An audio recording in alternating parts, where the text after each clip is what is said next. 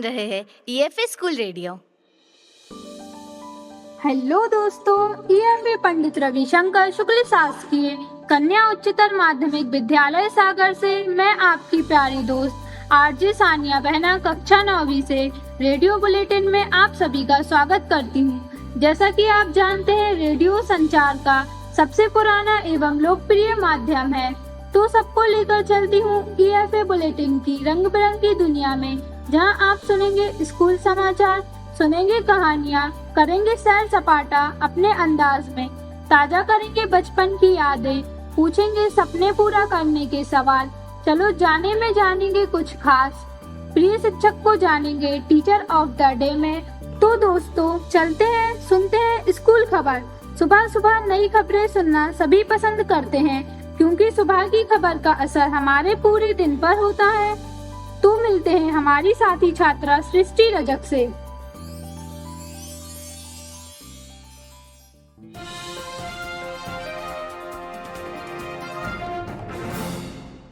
नमस्कार, मैं सृष्टि रजक ईएफए पंडित रविशंकर शुक्ल शासकीय कन्या उच्चतर माध्यमिक विद्यालय सागर से रेडियो बुलेटिन में लेकर आई हूँ स्कूल समाचार। विद्यालय में महर्षि पतंजलि संस्था के सहयोग से 2 सितंबर को विद्यालय में संस्कृत सप्ताह का समापन कार्यक्रम आयोजित किया गया। पूरे सप्ताह तक चले कार्यक्रम के अंतिम दिवस कविताएं, गीत, संस्कृत भजन, नाटिका एवं डांस प्रतियोगिताएं हुई, जिसमें कि छात्राओं ने उत्साहपूर्वक भाग लिया। विद्वानों ने अपने व्याख्यान में संस्कृत भाषा का महत्व समझाया एवं प्राचार्य महोदय जी ने छात्राओं को पुरस्कृत किया। 5 सितंबर को विद्यालय में शिक्षक दिवस उत्साहपूर्वक मनाया गया। कार्यक्रम का संचालन विद्यालय की छात्राओं लक्ष्मी अहिरवार एवं सलोनी कोरी ने किया। छात्राओं ने रोली तिलक लगाकर एवं श्रीफल भेंट करके शिक्षकों का सम्मान किया। गीत, भाषण, कविता एवं डांस की शानदार प्रस्तुतियों ने कार्यक्रम को उत्साह से भर दिया। छात्राओं को पुरस्कृत भी किया। 6 सितंबर को शाला में जादू नहीं विज्ञान कार्यक्रम संपन्न हुआ, जिसमें छात्राओं ने लघु नाटिका के द्वारा विज्ञान का प्रयोग करके दिखाया और बताया कि जिसे हम जादू समझ लेते हैं, वास्तव में वह विज्ञान है। 14 सितंबर को विद्यालय में हिंदी दिवस मनाया गया। इस उपलक्ष्य में अनेक कार्यक्रम भी हुए। बाल रंग प्रतियोगिता अंतर्गत छात्राओं ने विकास खंड स्तर पर अनेक प्रतियोगिताओं में भाग लिया, जिसमें प्रश्न मंच में वरिष्ठ वर्ग में सलोनी कोरी एवं लक्ष्मी अहिरवार ने प्रथम स्थान प्राप्त किया। वाद विवाद में निकिता पटेल ने विपक्ष में और साक्षी यादव ने पक्ष में प्रथम स्थान प्राप्त किया। सामूहिक लोकगीत में भूमिका सेन एवं साथी छात्राओं ने प्रथम स्थान प्राप्त किया।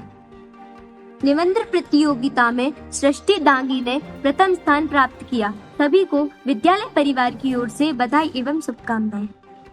राष्ट्रीय स्तर पर होने वाले कला उत्सव में विकास खंड स्तर पर विद्यालय की छात्राओं ने बाजी जीती। एकल नाटिका में किरण विश्वकर्मा, संगीत गायन में सेजल प्रजापति, संगीत वादन में भूमिका सेन, फोक डांस में विद्या अहिरवार, क्लासिकल डांस में ईशा कुरैशी, मूर्ति कला में तनु रैकबार, चित्रकला में सृष्टि रजक ने प्रथम स्थान प्राप्त किया एवं पारंपरिक खेल खिलौने में द्वितीय स्थान तुलसी चड़ार ने प्राप्त किया। कालिदास समारोह में श्लोक पाठ में जया देवलिया ने प्रथम स्थान प्राप्त किया। इसके साथ ही समाचार समाप्त हुए। धन्यवाद। स्कूल समाचार के बाद चलते हैं चटपटी कहानियों की तरफ। दोस्तों, कहानियों का दौर कभी कम नहीं होता। सबको कहानियाँ सुनना बहुत अच्छा लगता है, तो चलो सुनते हैं कहानी। नमस्कार, ईएफए सागर से मैं वैष्णवी रजक कक्षा 9वीं से सुनाने जा रही हूँ छोटी सी प्रेरणादायक कहानी, जीवन व संघर्ष। एक बार एक अध्यापक कक्षा में विद्यार्थियों को तितली की इल्ली के बारे में पढ़ा रहे थे। उन्होंने उनसे कहा कि यह इल्ली 2 घंटे बाद तितली में बदल जाएगी, लेकिन इसके लिए उन्हें अपने खोल से बाहर आने में संघर्ष करना होगा। उन्होंने विद्यार्थियों से कहा कि जब इल्ली बाहर निकलने की कोशिश करे तो कोई भी उस इल्ली की मदद ना करे। यह कहकर वे कक्षा से बाहर चले गए। सभी विद्यार्थियों ने उसे ध्यान से देखना शुरू कर दिया। 2 घंटे बाद इल्ली ने बाहर निकलने की कोशिश शुरू कर दी। उसे इतना संघर्ष करते हुए देख एक छात्र को उस पर दया आ गई और उसने इल्ली की सहायता करनी शुरू कर दी। तभी अध्यापक कक्षा में आ गए और उसे रोक दिया। वे विद्यार्थियों को समझाने लगे कि यदि इल्ली ने बाहर आने में संघर्ष नहीं किया और बाहर आ गई तो वह मर जाएगी, और इसके विपरीत यदि यह बिना सहायता के बाहर आई तो बच जाएगी, क्योंकि जब तितली अपने खोल से बाहर आने के लिए संघर्ष करती है तो वह तितली के पंखों को मजबूत करती है। तुम्हें भी जीवन में स्वयं संघर्ष करना चाहिए। इस कहानी से हमें यह शिक्षा मिलती है कि हमें हमेशा संघर्ष करते रहना चाहिए। तो कैसी लगी आपको कहानी? आपको भी बचपन याद आ गया होगा। तो चलो अब थोड़ी सैर की जाए। नमस्कार दोस्तों, मैं EFA सागर से खुशी शिल्पी आप सभी के साथ लेकर आई हूँ सैर सपाटा की ओर।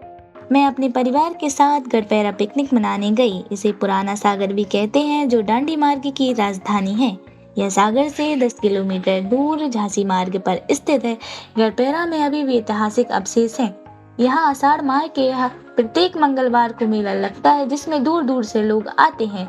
यह हनुमान जी का भव्य प्रसिद्ध मंदिर है। यह मंदिर किला एवं पहाड़ियों पर बना है। यह पहाड़ी बरसात में हरियाली से घिर जाती है। पहाड़ियों के आसपास का नजारा देखकर मन बहुत प्रसन्न हो जाता है। इतने सारे बंदरों को देख हम लोगों ने अपना सामान छिपा लिया, क्योंकि बंदर प्रसाद एवं सामान छीन कर ले जाते हैं। हमने मंदिर के दर्शन किए। हम लोग शीश महल देखने गए। गढ़पेरा का शीश महल बहुत ही प्रसिद्ध है। यह 2 मंजिला महल है। नीचे वाली मंजिल में स्तंभ बने हैं, जो देखने में बहुत ही सुंदर लगते हैं। कहा जाता है कि गढ़पेरा के राजा ने एक बार नट एवं नटिंग को कर्ता करने के लिए दरबार में बुलाया। रस्सी पर चलने के लिए कहा। रस्सी पर रानी ने कहा कि रस्सी को काट दिया जाए, जिससे वह नाटिका नीचे गिरकर उसकी मृत्यु हो गई। हम शीश महल घूमने के बाद अनगढ़ देवी के दर्शन करने गए। पहाड़ियों के दूसरे ओर स्थित वहां हमने दर्शन किए। हम पिकनिक से लौट कर आ गए अपने वापस घर। आशा है दोस्तों आप लोगों को मेरी यह सैर सपाटा पसंद आए होंगे। धन्यवाद। गढ़पेरा की सैर करके तो मजा आ गया। तो आगे बढ़ते हैं अंदाज अपना अपना में। सुनते हैं कुछ खास अंदाज में हमारी साथी छात्रा से। मेरा नाम भूमिका सेन है। मैं पंडित रविशंकर शुक्ल शासकीय कन्या उच्चतर माध्यमिक विद्यालय कक्षा 12 ई की छात्रा हूँ। मैं आपके सामने एक वंदना प्रस्तुत करने जा रही हूँ। ये शारदे तुम्हें आना होगा, वीणा मधुर बजाना होगा। ये शारदे तुम्हें आना होगा, वीणा मधुर बजाना होगा।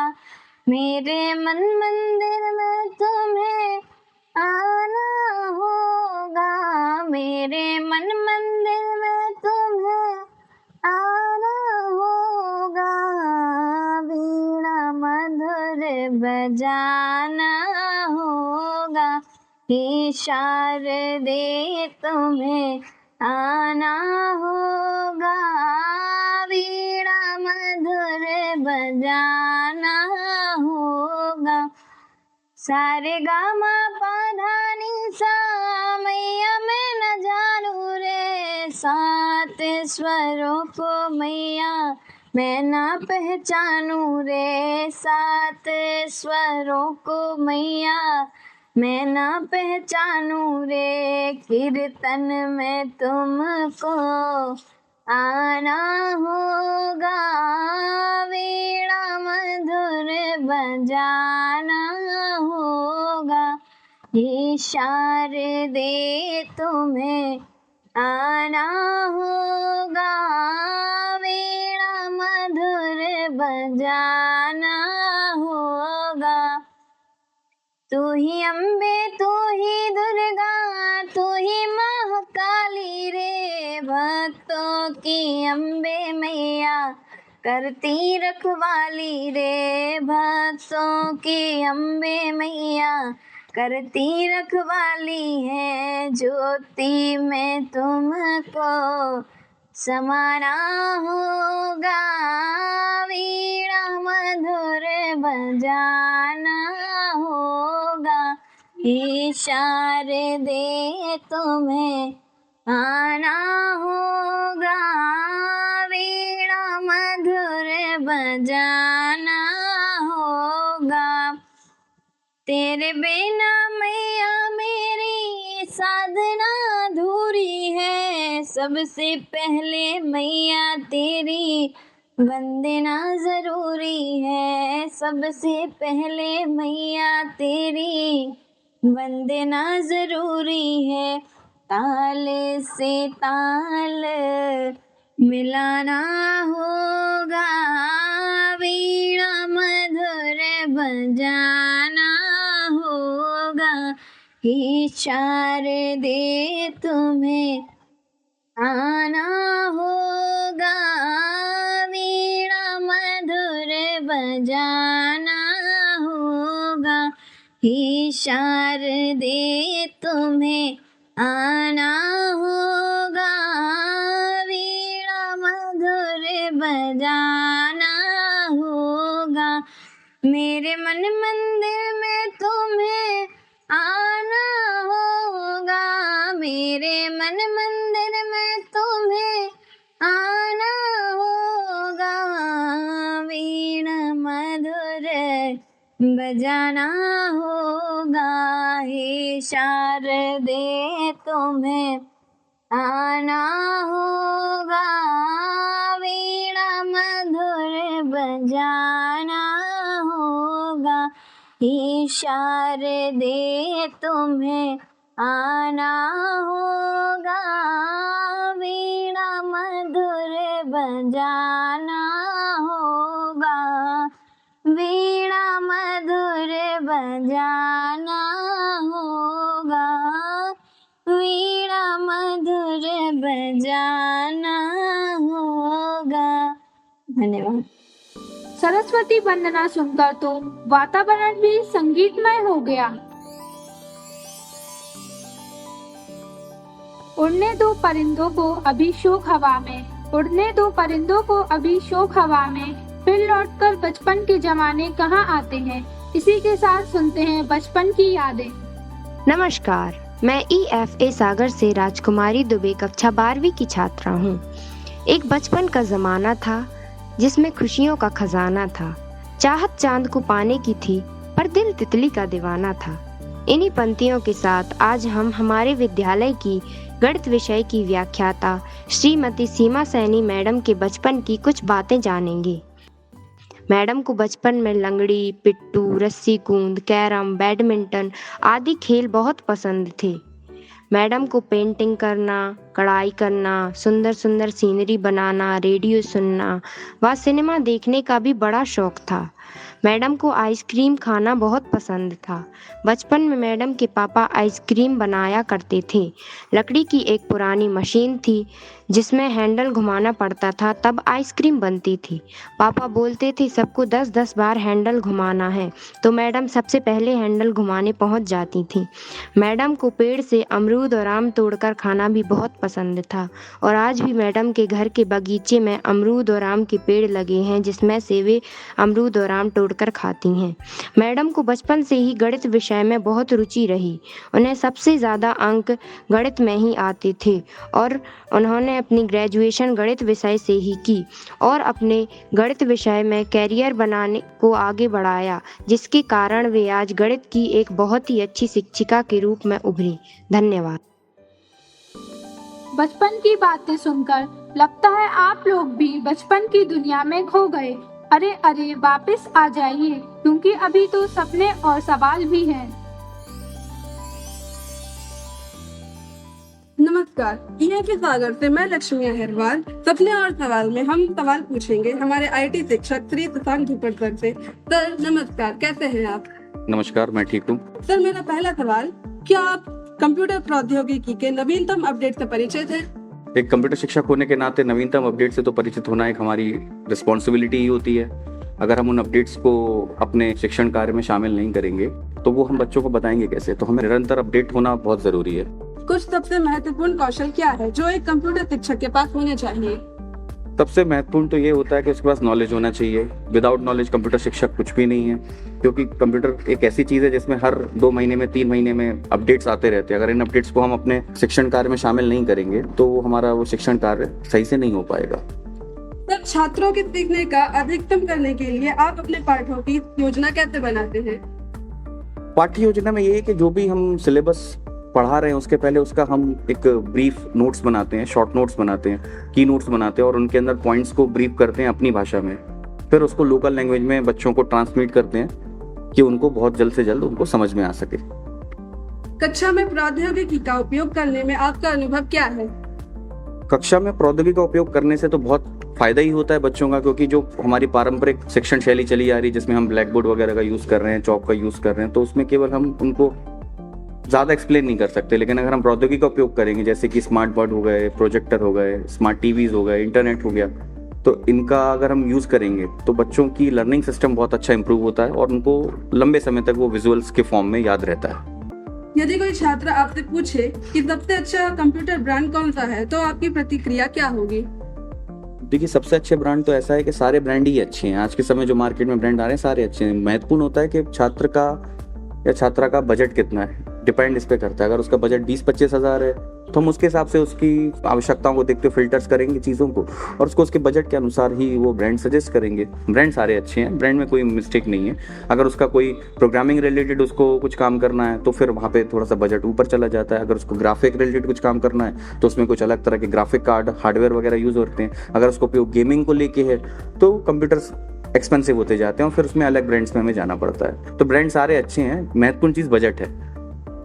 सर, अपनी शिक्षण शैली का वर्णन करें। शिक्षण शैली में मैंने आपको बताया कि सबसे इम्पोर्टेंट चीज़ है कि आपका लोकल लैंग्वेज में बच्चों को समझाना बहुत ज़रूरी है, क्योंकि हमारे यहाँ जो बच्चे आते हैं मैक्सिमम हिंदी मीडियम स्कूल्स में आते हैं, उन बच्चों का जो बैकग्राउंड होता है वो हिंदी विषय के ऊपर ज़्यादा रहता है और जो कंप्यूटर की टर्मिनोलॉजी है वो इंग्लिश में ज़्यादा है। उसमें समस्या ये होती है कि अगर कंप्यूटर शिक्षक इंग्लिश की टर्मिनोलॉजी बोलता है तो कई बार बच्चों को वो चीज़ें समझ में नहीं आती हैं। तो महत्वपूर्ण ये है कि उनको वो साथ में उसके हिंदी अनुवाद भी बताएं और कोशिश करें उनके इम्प्रूवमेंट के लिए कि वो उनको वो टर्मिनोलॉजी इंग्लिश में ही याद करवाए, ताकि वो आगे जाके अगर कुछ और कंप्यूटर लाइन में आगे जाते हैं, करियर बनाते हैं, तो उनको समस्या नहीं है और उनको वो टर्मिनोलॉजीज वगैरह पूरा पता हो। सर, अपना महत्वपूर्ण समय देने के लिए धन्यवाद। Thank you so much.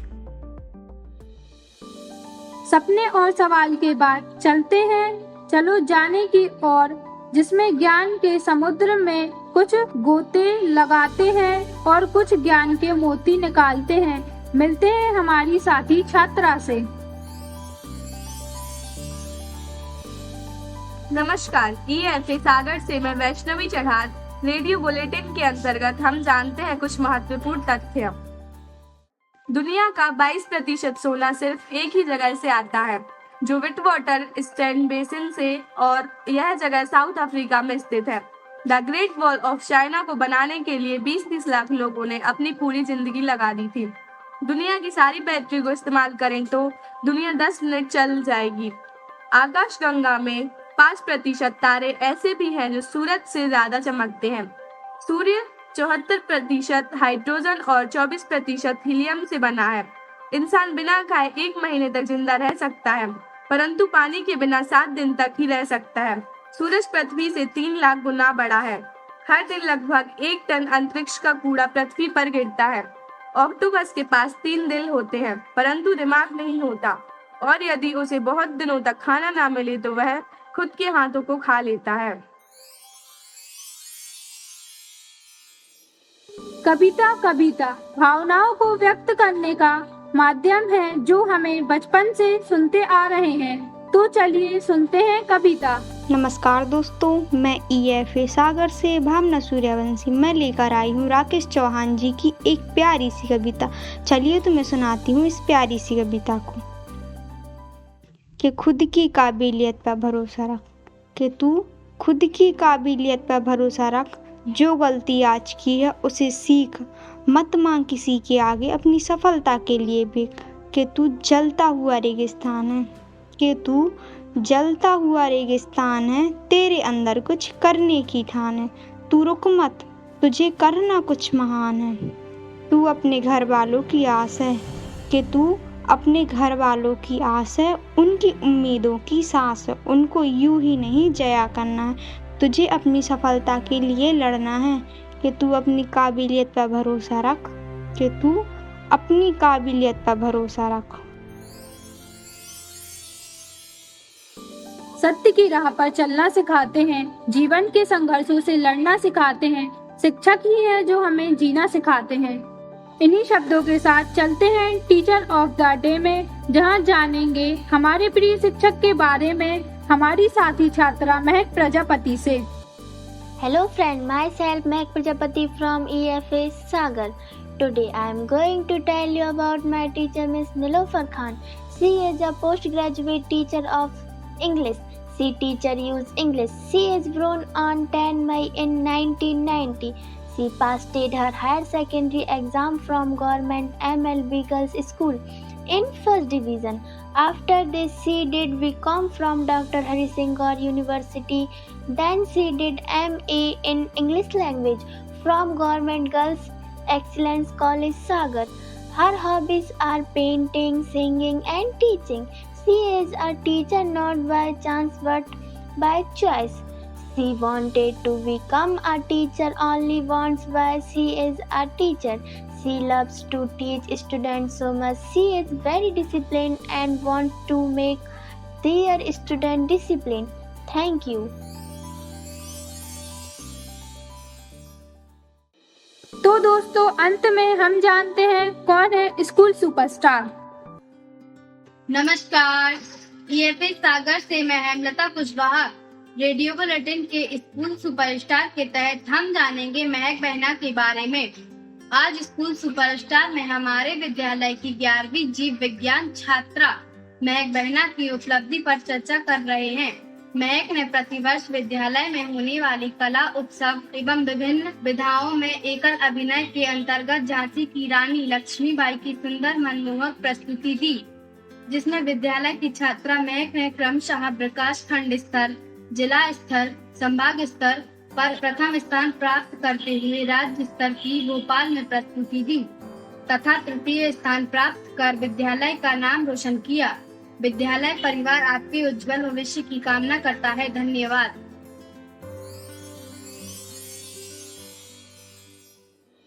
तो दोस्तों, कैसा लगा आपको EFA रेडियो बुलेटिन? आशा है आपको अवश्य ही पसंद आया होगा। धन्यवाद।